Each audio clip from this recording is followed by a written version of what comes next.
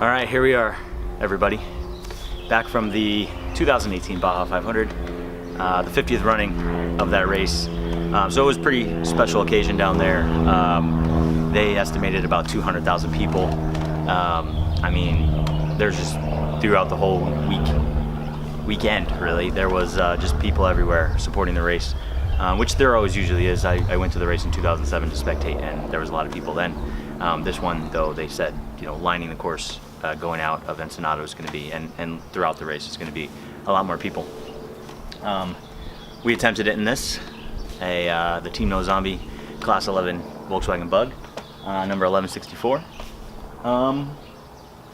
Didn't really get the result we wanted to, so this is kind of like a post-race analysis of that. But first, I mean, I kind of want to talk about the experience of it, because to take away the positives from it, there was big negatives, but at the same time there was a whole bunch of positives. The race itself, the whole thing from contingency, tech, all the events that are going on down there, the atmosphere in Ensenada is something that I don't think any other race has. The other thing is I don't think any other race has the fact that you can go down there, anybody can go down there and enter the race, build a car, enter the race, and race with guys like Robbie Gordon, BJ Baldwin, Rob McCacaron, Cameron Steele, these guys who are the names of the sport. There's no other race. Like, you can't go to the Indy 500 and enter in another class and be out there racing with Tony Hinchcliffe. It's just, you can't do that. But in the Baja 500 at Score in Mexico, you can do that. And I don't think there's really any other race you can. Maybe Pikes Peak, but you're not on the course at the same time as those guys. So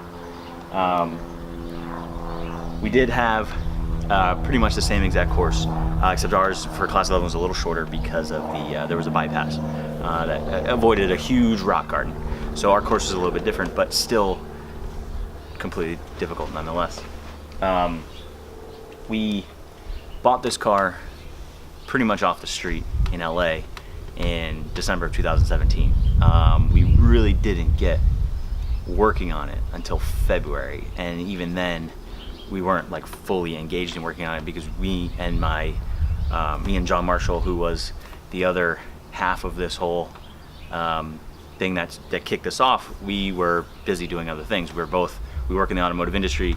We're both professional drivers. I had a 9-week Kia Stinger tour, and he had other engagements and obligations that he had to do, in terms of work and stuff like that. So it was a rush from start to finish to get it done, to get the roll cage built, because that's the thing. It didn't have anything to make it race ready. So a roll cage, fuel cell, the engine needed to be pretty much the engine.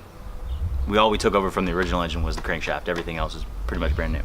That all had to be machined. We had to order a case, do a really full case. It had to come in, had to be machined. I mean, there was so much that had to be done. Seats had to be put in, comms, ventilation, all these different things that had to be done. And literally to the last possible second, we were doing things to get it ready for the race. We did the chassis part of it, the tagging. Score tags the cage. We did that early in Prescott, Arizona. So we got that out of the way. We got a lot of things done early. We did the pre-tech when we went down there, which helped out get us through tech inspection. So we had a lot on our side in terms of our preparation to check off the boxes that Score wanted us to check off. But that doesn't mean your car's race ready. That means that you pass their safety and technical part of it, and then you still have to develop the car. And we did some testing in Moab, and we got some issues sorted, but we didn't do enough testing to really break the car and get it to,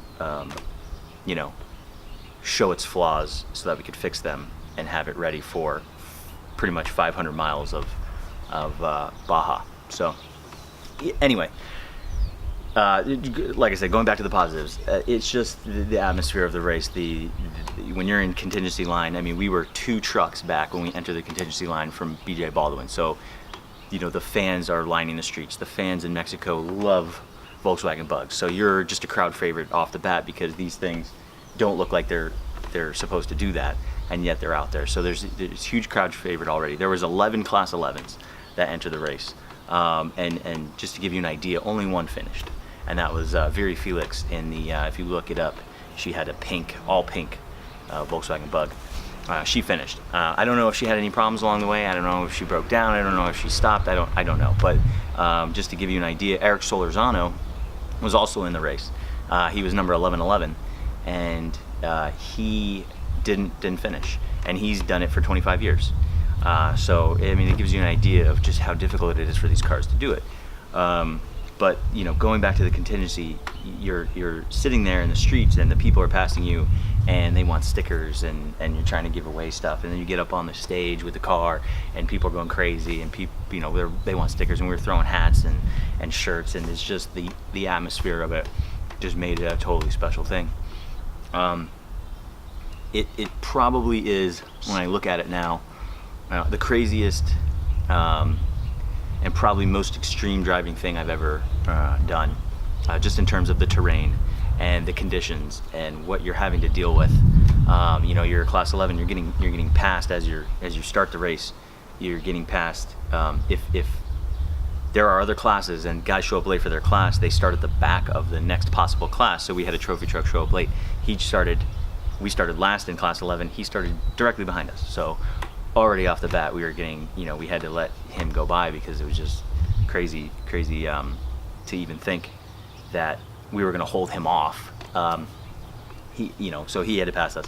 Then, you have UTVs out there. UTVs are a huge deal down there now, and the UTVs are immensely fast. I mean, these things are, purpose-built suspension. They have developed trophy truck suspensions or buggy suspensions and then scaled them down to make UTVs. So those things are fast. Now they're pushing. They've developed these things over probably, I don't know how long they've been around completely, but it's got to be for a good part of a decade. And so they've been able to develop those, so they're even faster with their shock technology and the engines they have in them, and they might be even too fast for their own good, because anybody can go buy one of these things and go down there and race it, and they might even have the skill. This thing, when you compare it to everything else on the course, is not that fast. But when you compare it to just regular vehicles that go off-road, like maybe a Jeep Wrangler or bigger trucks like Super Duties or even Tacomas, just regular, it's kind of fast. I mean, it actually, 40, 50 miles an hour. We were cruising at certain parts, on the trails going out of Ensenada through the hills. I mean, there was parts where we were doing 30, 40, and that's, with sheer cliff drop-offs on dirt is pretty fast. So it can get away from you if you're not careful. But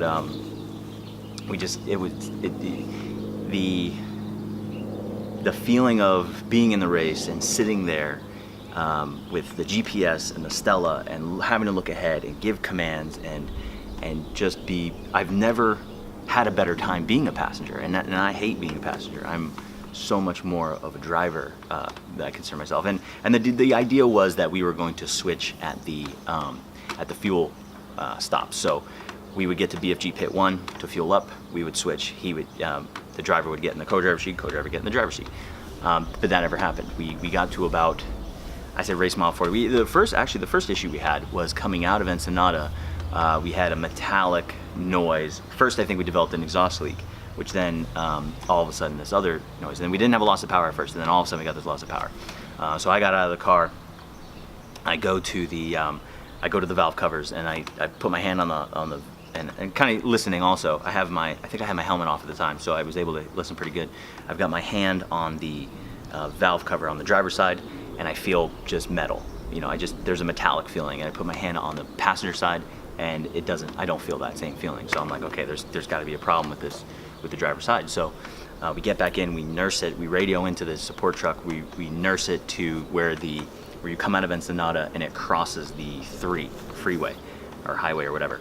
And so we pull into a parking lot there, boom, I pop the valve cover off. Sure enough, the rocker arms have come off the push rods and are now like on the ball part of the push rod pushing it, and that's how it's actuating. So you're not getting the full travel out of the valve.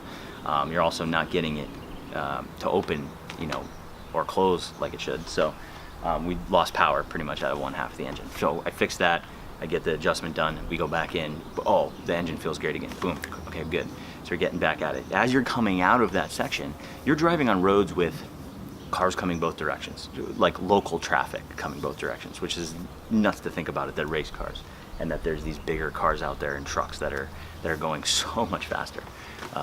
But you're out there with them, and we're honking the horn, and we're getting by them, and we're going, through the dirt, and then we end up, there's this ATV in front of us. He's fishtailing, throwing rocks up at us because he's obviously way faster than us. He ends up going straight. We end up going right. And then we enter what the section they call Tres Hermanos. Now, Tres Hermanos, we pre-run 2 days before the start of the race, and we had no issues. Really, all we had was the transmission mount on the front that connects into where the body is, just loosened up and started knocking. So we had taken care of that overnight. That was the only issue we had. Going into Tres Hermanos, this time though, with all of the other cars that have gone before us that have torn up the course, it seemed like a different beast. Everything was deeper. We needed much more power.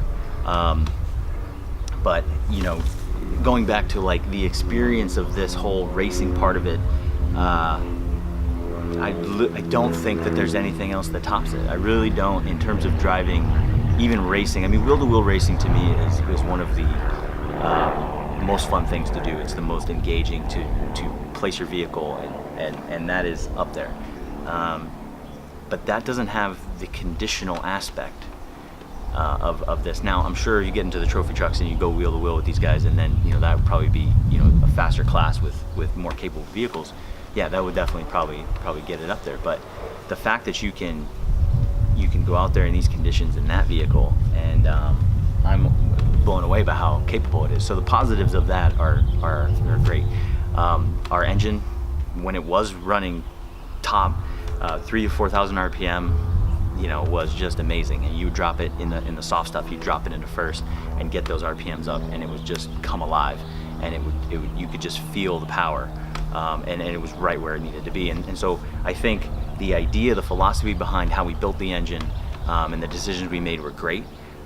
Where we ran into the problem is that because we didn't do enough testing and development, there was little parts that needed to be upgraded or stepped up in, let's say, in terms of their capability in order to withstand the 500 miles. And one thing I noticed, and this goes to the issue we had where it started, was the alternator strap.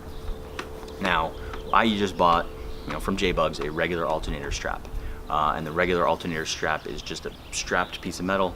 It kind of curves around and then has tabs, and then a bolt goes through. So you tighten it, and as you tighten it, it like bends the tabs in, and then you have to put the bolt on. Now, it gets to a kind of a point, it's really hard to put the bolt when you try to get it cranked down. Now, on the street, you probably don't need it as tight as you would off-road, but you need it super tight off-road, because that is the only thing, if you think about it, that is an integral piece of the whole cooling system, because you're transferring the power from the crankshaft to the alternator through the pulley and the belt, and all that torque from the engine is going through. So as you're dropping, you're in second, you're coming into the sill, you drop it down in first, boom, you're getting that torque spike because the RPMs raise up, and all that torque is going through that belt. And then that belt is turning the alternator. The alternator is charging everything, but also spinning the cooling fan on the back of that and the fan shroud. Now, that's where your cooling is coming from, other than the oil, which is going to be pumping. As long as the crankshaft is moving, your oil is going to be pumping, but you have to air cool all of that, and you have to have those two things. You have to have the oil pumping. So we have, you can see it from here, we have the oil cooler, the external oil cooler, which is, as soon as we put the ignition on, is always running. And then we have the fan. Well, if you lose the fan, that cooling fan, you've lost half, let's say, we'll call it 50%.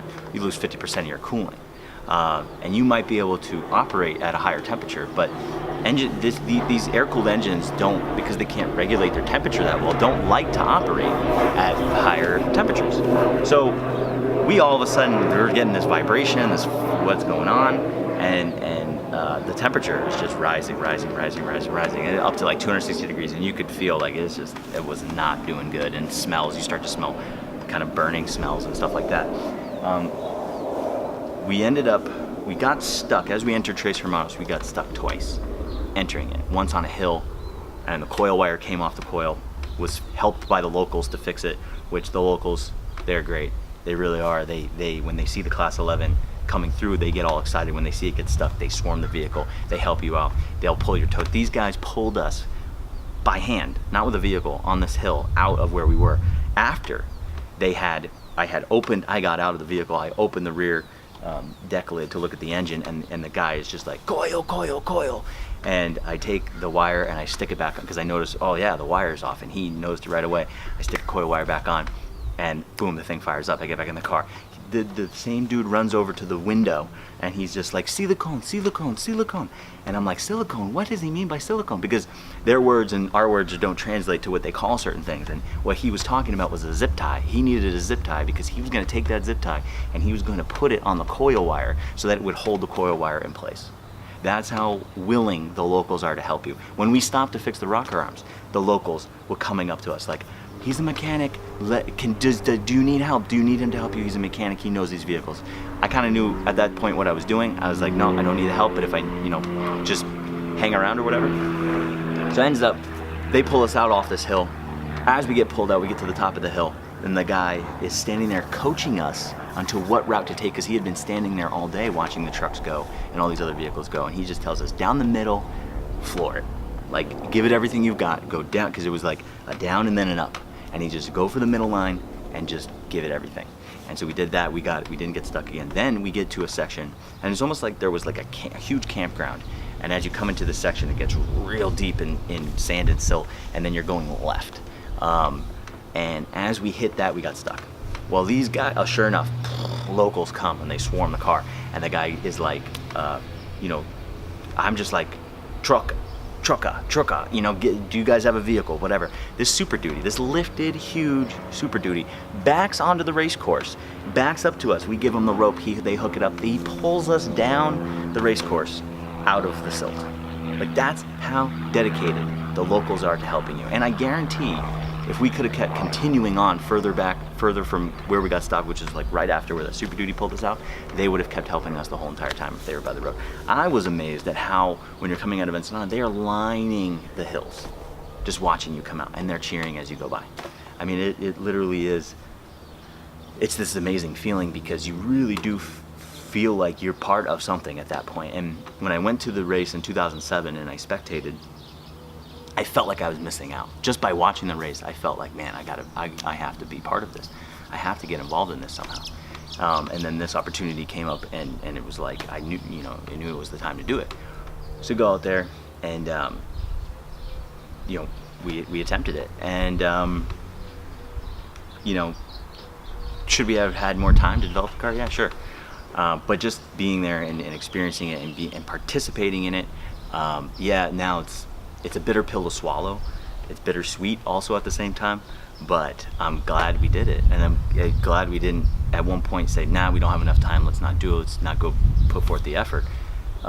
Looking back on it now, I don't think, I wouldn't, obviously, yeah, I want to finish, or I would want it to get even farther. I mean, obviously, but I don't, considering what the result is now, and considering that we have the opportunity to then do it again in 2019, I don't think I want it any different, because we're going to learn. We learn so much, and we're going to learn so much in testing the car and developing the car, and fixing the car and getting it ready to go, that it should be a rock solid platform in a year.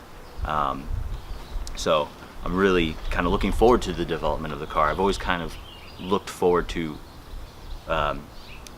racing that I've done before has been with other people's vehicles, and I've always been looking forward to someday being able to develop my own car, or be part of the development of a car, and being able to fine-tune it and get it to the way we need it, and testing it out and breaking things and fixing them and redeveloping and all that. So I'm really looking forward to it, and to going on. We kind of know what works now. We know what we want to change. One thing we noticed with the cars is that they don't run a square stance. We're running 4 of the same tires, so square stance all the way around. And one thing we noticed is that everybody has skinny tires up front. They have big beefy tires in the back, skinny tires up front, and they're running it like a sand rail configuration. And I think that's because when you get in the silt and the sand, you want to be able to turn. You want to be able to change direction very quickly. And one thing we noticed is that it was very hard to turn at certain times. Like, we were giving it everything it's got. Another thing is we have too small of a steering wheel. I think we needed to take it up a little bit. Another problem that we ran into, which we were warned that we were going to run into this problem, was the steering box. The steering box is not adequate. So the steering box we went down there with ended up, there's a cap, it's a cast aluminum cap that sits on top, but there's an adjuster in it. It has threads in it. Those threads stripped out. So we couldn't adjust the steering. So we ended up in Ensenada. We got 2 new steering boxes from Baja Parts. And I mean, that steering box seemed, I don't know if it seems a little bit beefier, but it seems to have worked so far. We haven't put the same amount of miles into it, so who knows, maybe it won't work. But we have an idea of fixes that we might have to take to fix that. So the issues we have, the other issues that we had were switches. Now, I built a bike a couple years ago, back in 2014, about, well, now going on 4 years. And being in San Diego, where I live, there was a bunch of off-road parts places. So I would go there and I'd buy switches, and those switches they carry are called K4 switches, and they're triple sealed. Now, I had an idea of why, because of dust and off-road and stuff like that. I didn't know, though, that it was that crucial. Didn't really even think there was other things to think about. So we used some regular open, the backs of the switches are open, and we just kept losing switches. The morning we go down to Tech and Contingency, we go to hit the starter button, and the starter button doesn't work. We get a new starter button at the AutoZone, which is right down the street from our house in Ensenada. We put that in, and that was fine at that point. But during the race, we kept losing switches. The ignition switch went at one point. The off-road, there's 3 off-road lights, so we have the 2 outside ones are wired to one switch, and the one middle one is wired to one switch. I think the middle one went out. The headlight switch is it's an on switch. That one was just intermittent. So the other thing is the exhaust. The exhaust is tricky because the nuts, there's 2 styles of nuts that I could find. And one was like a 14, it was a big one, a nylock nut, and the other one was like a small one. And both loosened up. Even one stud came out. So there has to be something done to fix that problem. But yeah, I mean, all in all, an awesome experience. I mean, such an awesome experience that it's now all I want to do, and it's all I can think about. All I can think about is going back to the Baja 500 or just desert racing in general. And I keep watching more and more videos on it and about development of other vehicles, like Ivan Stewart when they developed the Toyota 015. Back in, when they went from the 4-cylinder to the 6-cylinder to the V8, and they developed the Tundra name with the V8 engine, and they went to Baja and dominated with that truck, and I think they won 3 Baja 500s in that truck. And listening to them, this company PPI, who engineered and built that truck and ran that truck and developed that truck, is talking about it took them 3/4 of a year to even, and that's a professional race team, 3/4 of a year to develop that truck. Now, we don't have as complicated of a vehicle. These vehicles have been run, but so 3/4 of a year for them, I don't know what it would be for us, but you think, and that's them saying with their resources 3/4 of a year.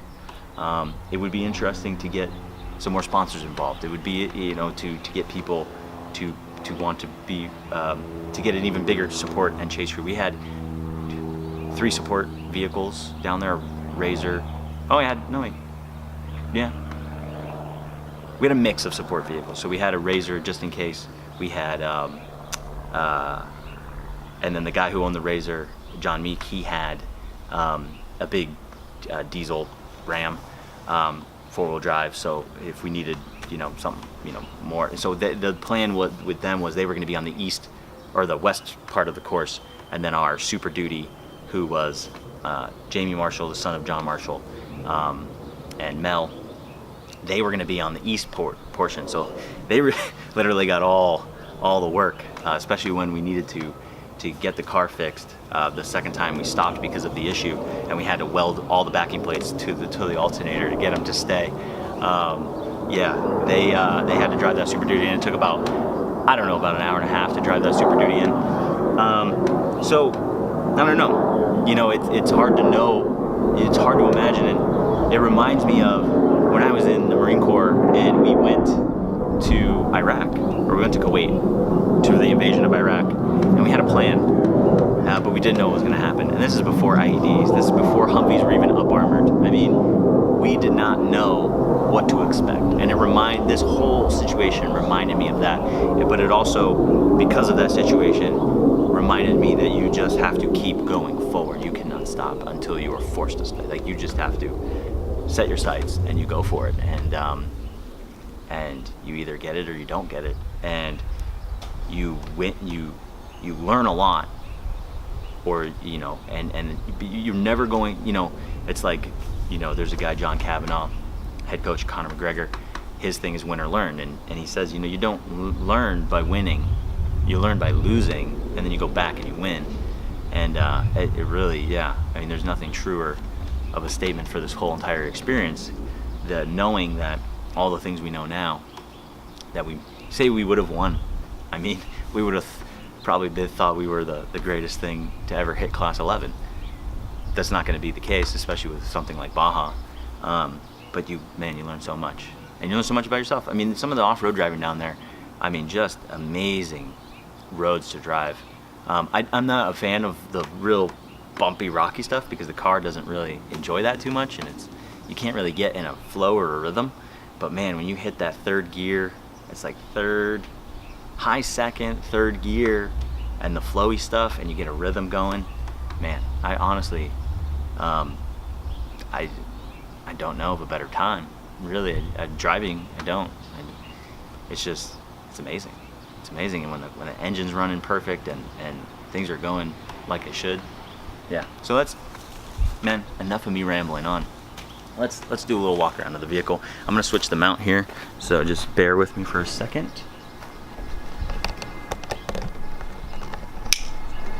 I'm not gonna break this video up. I'm gonna leave this video as one whole thing, and partially is because editing. I don't want to edit a whole thing, and then the other part is I want it to be one thing of just me talking about the whole experience and talking about the car and why we did some of the things we did on the car. So I'm gonna put this other mount so it's a little easier to hold the camera.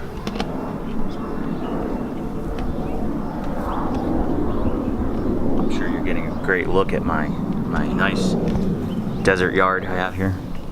That's what I'm going with. It's a Baja. I'm gonna use the excuse of my yard is to condition me for Baja. That's what I'm gonna use. Yeah. So that's my excuse, and that's what I'm sticking with. But here you go. This is it. Hasn't been cleaned since the Baja 500. Let's do a quick little walk around here. I'm gonna flip that there. That's it. Look at all that. Oh yeah. That is it right there.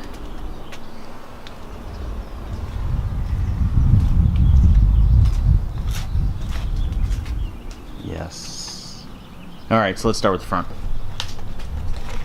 We got some LED headlights, high and a low beam.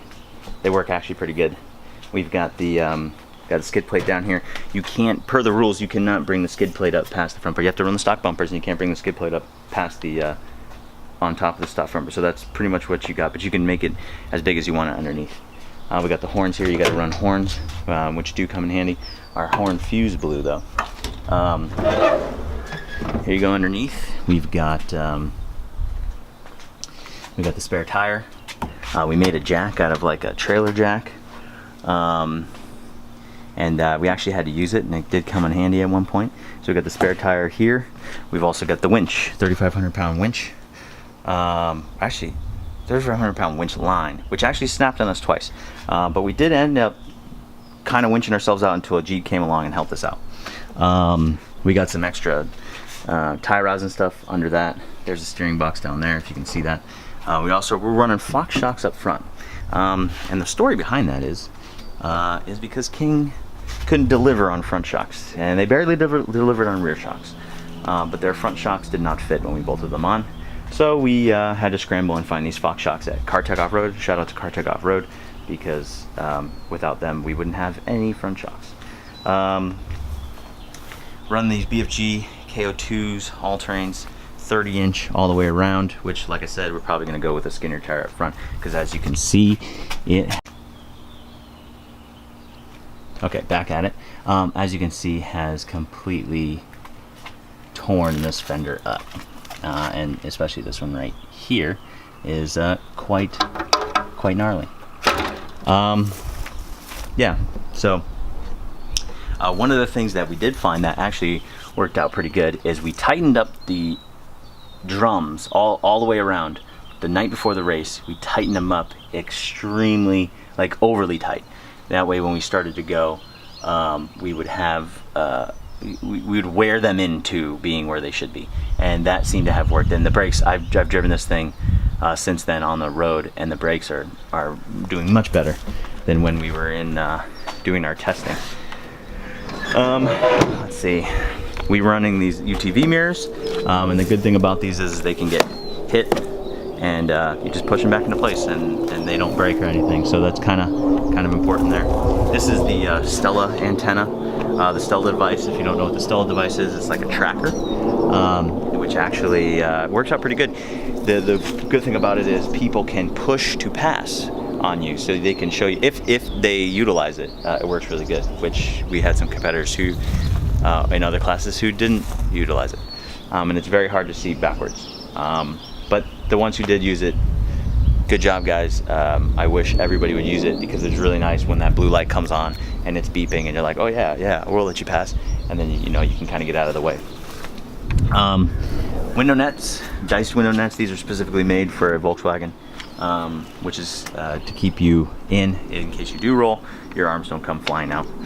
This is that oil cooler I'm talking about, which is on all the time. We've had these door latches here, so this opens like that. Problem that we ran into is that the body is quite flexible on this, because it's old and pretty rusty and Bondoy, and my door kept coming open multiple times, and I had to use this secondary latch, which they tell you that you have to have per the rules, and it's a good thing they do, because that actually helps keep the door. The problem with that is when you have the secondary latch on and the door pops out still, and pushes up against the secondary latch, it's very hard to get back out, and yeah, so that kind of sucks. So in case of any emergency, I would have to climb out the window, Dukes of Hazzard style.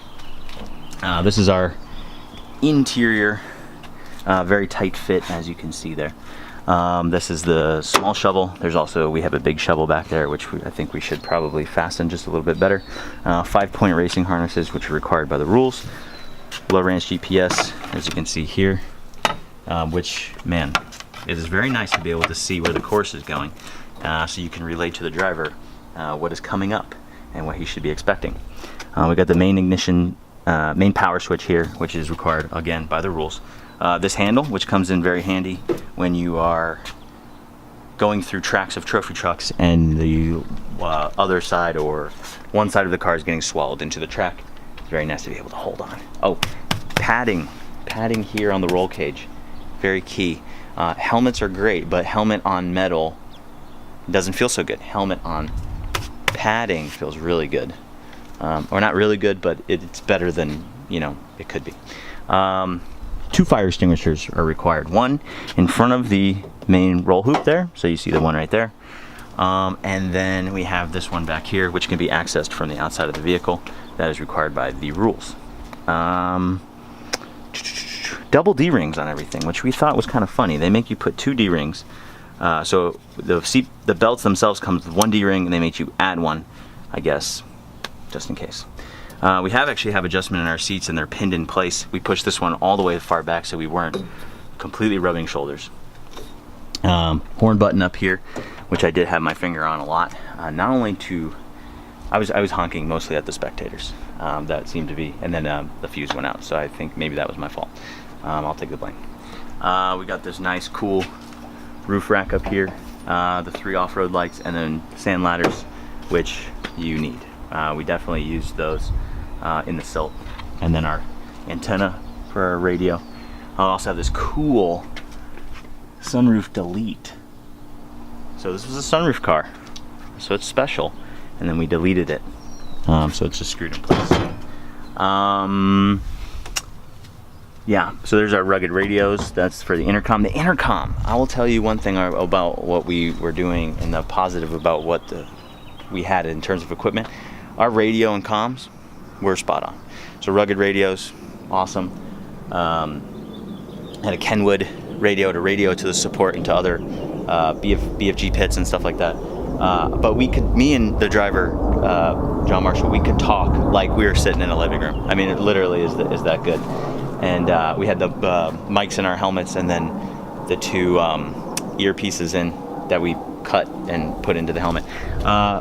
We'll take this time to showcase the signatures on the passenger side rear fender and all of the support that we have gotten. And there's even more. I mean, there's more people that have supported in terms of the engine and lots of other things, and the information that's being given by so many different people. But yeah, so I want to say thank you to everybody for the support. Vehicle's registered in Utah, which is kind of nice because it means it's street legal. So here in California, it can be driven on the street technically, yes. We have this huge UMP airbox here with a pre-filter. So this whole thing is filled with one big filter, and then there's a pre-filter. This is our charging light. So if you look in the back while the car's running, this light illuminated red means it's not charging, which right now is just staying on red. So we got to figure that out. If you can see down in there, you can see the king shocks, the rear king shocks. Well, there's the reservoir to it. Big, huge, beefy reservoirs, and then there's the body of the rear one right there. Here's our blue lights. So certain classes, slow classes, need blue lights on all the time. So there's a blue light, and then everybody needs an amber light. That's our amber light. Those stay on all the time. Here's our exhaust comes up so it doesn't get crushed. Just a basic MP. And there's that there. As you can see, still has the Baja dust on it. Running 2 coils, spare one just in case. Fuel pressure. This is the Solex carburetor, which we, during testing and whatever we did for testing, had found that was running the best. And then you have to run this adapter plate because it's a 31 millimeter carb head, and you have to adapt it to a 34 millimeter intake manifold. 95 amp alternator, and then this is the part that failed on us multiple times and allowed the alternator to turn once because there's so much torque coming through here. All these fasteners had come out, and then the fan shower was just moving around, so it got strapped down to get us out. We got this breather system here for the engine. So yeah, we got a little bit of work to do to tighten all that up and get it going good. Excel plug wires, just running a points distributor, which probably needs to be sorted out some more, because we did have a problem with getting the vehicle started once we welded everything together because we got dirt inside the points. So definitely have to address that and see what we can do to figure that out. Maybe running a better electronic ignition will be the way we go in the future. I don't know yet, so we'll see. We have the mechanical fuel pump, and we also have this electric fuel pump, this Mr. Gasket electric fuel pump. I'd like to switch this filter out though. We agree that it would be nice to see the fuel that's going through there. Hood strap latches, I believe, are required by the rules, if I remember correctly. And then this cool, John Marshall made this cool engine cage, which if you look close enough, you can see that it did its job. Kept the exhaust from being crushed a couple times. External fuel filler that feeds we have a 16-gallon fuel cell.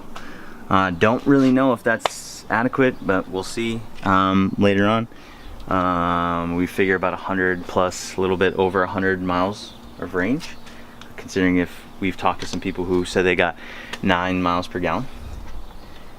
Let's see what else we got here. Oh, we also figured it would be best to put the fuel filler far in front of the rear axle so that if fuel does spill down and the brakes are hot, it does not catch on fire. So it's very important. Let's take a look inside the driver side here.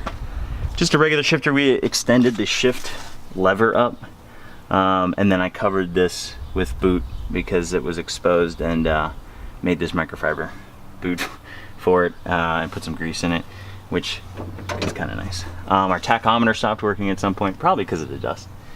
So we'll have to get some sort of sealed tachometer.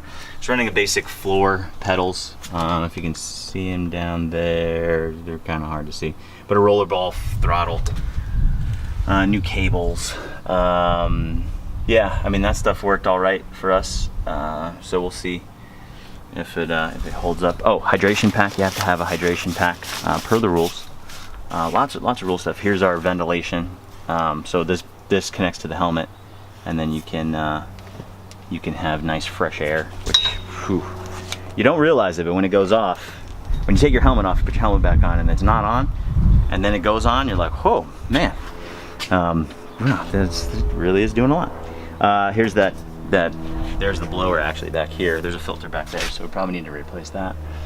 It was really hard to see backwards. I know from the co-driver seat, it was super hard to see. I couldn't, and you're wearing a head and neck restraint, so yeah, it's very difficult to see with the head and neck restraint on, to turn around and look backwards. It was it was very almost impossible. Here's our oil filter right there, Wix 51 515. Here's the damage from the front fender, as you can see there. And that's pretty much all. Here's the we'll show these things because they're kind of cool. The Baja 500 contingency timing check, pre-tech, and pass technical. So that's kind of cool. Those are successes there. Those are wins right there. And then this thing, this is the what do they call this? Transponder. The funny story about the transponder, which maybe I'll tell at a different time. But yeah, I had to run around through Ensenada to get $100 worth of pesos to pay for that, which I ended up somehow bruising or cracking my rib. So for the whole race, I had a bruised or cracked rib, which was not all that fun when I was trying to dig and stuff. Yeah, I mean, it's not, like I said, it's not that complicated of a race vehicle, and but man, it is a lot of fun to drive, and it's much faster than I expected it to be. So yeah, that's it, and I'll post this up if you got any questions, comments. Maybe you know some stuff I don't know, or we don't know. Let us know. And you know, as always, if you're willing to sponsor Team No Zombie in the 2019 Baja 500, or in any other off-road race that you would like to see Team No Zombie run, message me, and we will gladly take your money, and we will put it to good use in putting forth the effort to make sure that we finish the next Baja 500 in 2019, which will be the 51st running of the Baja 500. And if you do happen to send us some sponsorship money, I will make sure you get stickers and a t-shirt, and maybe even a hat, you know, because we got extra hats and stuff. So, and if you want to buy a t-shirt and a hat like this one right here, hey, let me know. Message me, comments, anything. If not, hey, thanks for watching, because watching means that you are becoming part of the whole entire journey, because you're aware of what's going on. So we really appreciate it. The following that we received was actually pretty amazing. So I'd like to say that we as a whole team do actually appreciate it, and stay tuned, because we are going to go back in 2019 and we are going to finish what we started.